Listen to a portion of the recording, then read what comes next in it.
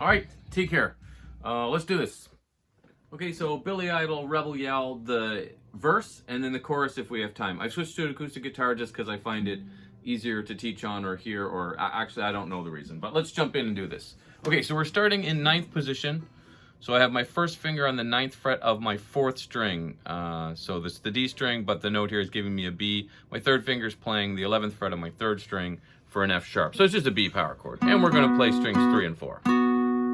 So we'll play that on beat 1. And then we're going to palm mute the hand here. So this fleshy part of your palm here is going to fall down just on front of the bridge, basically, so that when we play a note, instead of hearing this, I'm still just playing that B, I have this muted. This part of my palm is just sitting on the bridge. If I come too far, I lose the sound completely. So it's, and you'll also notice it's different on every guitar, so you got to experiment a little tiny bit with it. Anyway, so we have the power chord. Then we're going to hit a B by itself, palm mute it. Then the power chord again, 1 and 2.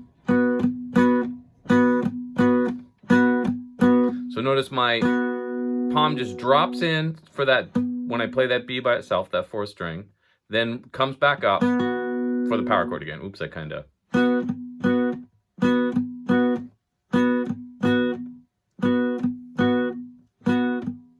Then we're going to play the 4th string, that B here again, twice, palm mute it. So 1 and 2 and 3.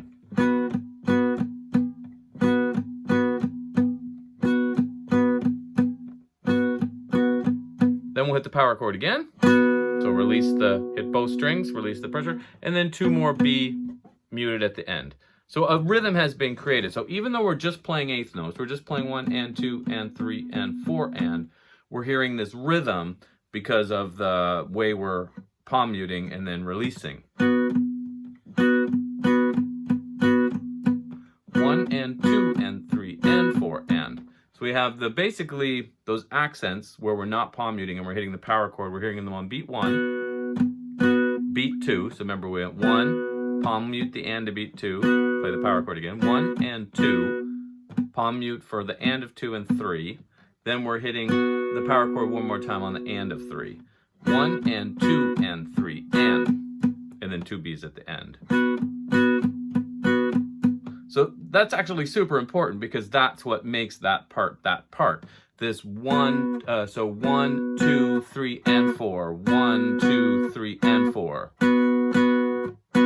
Right? That's just the power chords, but 1 and 2 and 3 and 4 and. Okay, we're spending a bunch of time on this because this is the most important part. Palm muting that and getting those power chords to ring so we hear that rhythm. So that's why. So let's just recap that and then we'll go over the rest of it's really easy because it's the same thing, just a couple different chords. So with the power chord on beat 1, palm mute and play just the B, just the 4th string. Play the power chord again. 1 and 2. 2 muted B's after that, so that's the and of 2 and beat 3. Whoops, sorry. Then the power chord again, and 2 more B's. So you can kind of think of it as a power chord, a B, power chord, 2 B's, power chord, 2 B's. And with that way too if you want.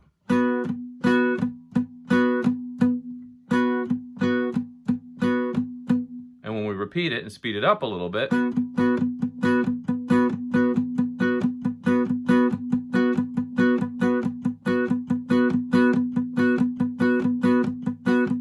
Neat. So then all we're going to do, we're going to come back to a D. And this D is actually your A chord. I'm going to back up a little bit so you can see it. I don't have a 3rd fret dot there, but there's your A. You're like your open A chord that you would play like this. So if this is A, if I went up a whole step, I'd have a B. Half step, I'd have a C. Whole step, I'd have a D. So that's where we are. We're in the 7th fret. It's a little bit squishy to get the 3 fingers in there like that. So I'm just going to bar it with my 1st finger. You could also bar it, well, you could bar it with any finger really. But since we came from this B power chord here, the 1st finger is probably going to be the easiest. We're playing the exact same rhythm. So we're going to hit, but this time because we're playing a full D chord. And we're calling this a D chord because it has the 3 notes of a D chord. An A on the 4th fourth string, which is the 7th fret. So the A is the 5th of a D chord. The D on the 7th fret of the 3rd string, that's the root of a D chord. And there's your F sharp. That makes it a D major chord. If I lowered that F sharp back a half step, we'd have a D minor chord. Anyway, we don't need that though, so let's stick with the D. Same rhythm, but now we're going to play strings 1 and 2 and then mute the 4th string. Exact same rhythm. 1 and 2 and 3 and 4 and... So you hit strings 2 and 3, mute that D chord for 1 note, 2 and 3 again, mute the D for 2 notes, strings 2 and 3 again, the D for 2 notes.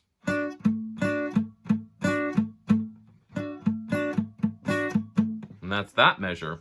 Then we're going to go to, this is probably my favorite part. So this D and F sharp actually stay the same, but we have to switch fingers because we need this G on the 5th fret of your D string.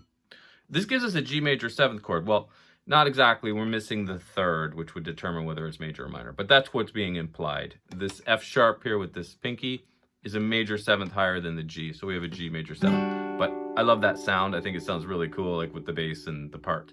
And then the same rhythm again.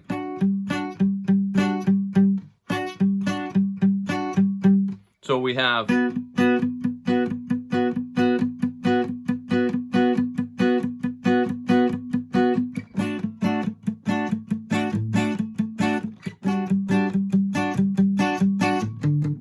there's one that ends a little bit different with that little D D A A or D D A A. I guess that part we'll come back and see how it fits in the measure, but the D, the 5th fret of your, again, there's my nut. Don't be fooled by the me missing that 3rd fret dot. But the D, so the 5th fret of your A string, 2 Ds. Then you could go to A, either the 5th fret of your low E string or open A.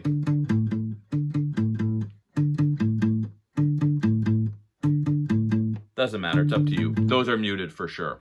Okay, so backtrack one thing and then we actually have the whole verse here. The B power chord was done for 4 measures. 2, 3, 4. Then when we get to the D chord, it's 2 measures. 1, 2, 2. Then we go to the G, what we said, major 7th chord, or at least implied, for 2 measures also. So 4 on the B power chord, 2 on the D, 2 on the G major 7th. So it gives us 8, which makes sense. Typical pop rock verse, right? 8 measures. Now the only thing with the G that's a little bit different, 1 measure is exactly the same. So exact same rhythm. The 2nd measure is just a little tiny bit different because we're just going to do the first half of it. So strings 1 and 2. Play that 5th string for 1 note, mute it, I missed it. Back to the strings 2 and 3. Did I say 1 and 2? 2 and 3 strings.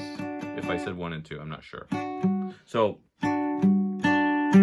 all we're doing there is just going 2 and 3, muted 4th string, 2 and 3, muted 4th string, and then again just 8th notes. So that last measure, measure 8 of the 8 measure riff, is just going.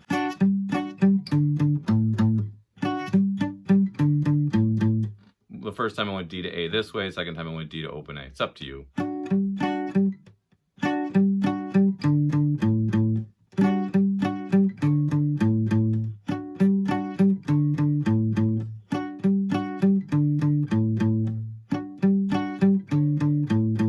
And the last thing I'll just kind of say about that, I know I spend a lot of time on rhythm and all these little specifics, but I spent a lot of time, I'm 52 and I started playing music professionally at 20, so a long time.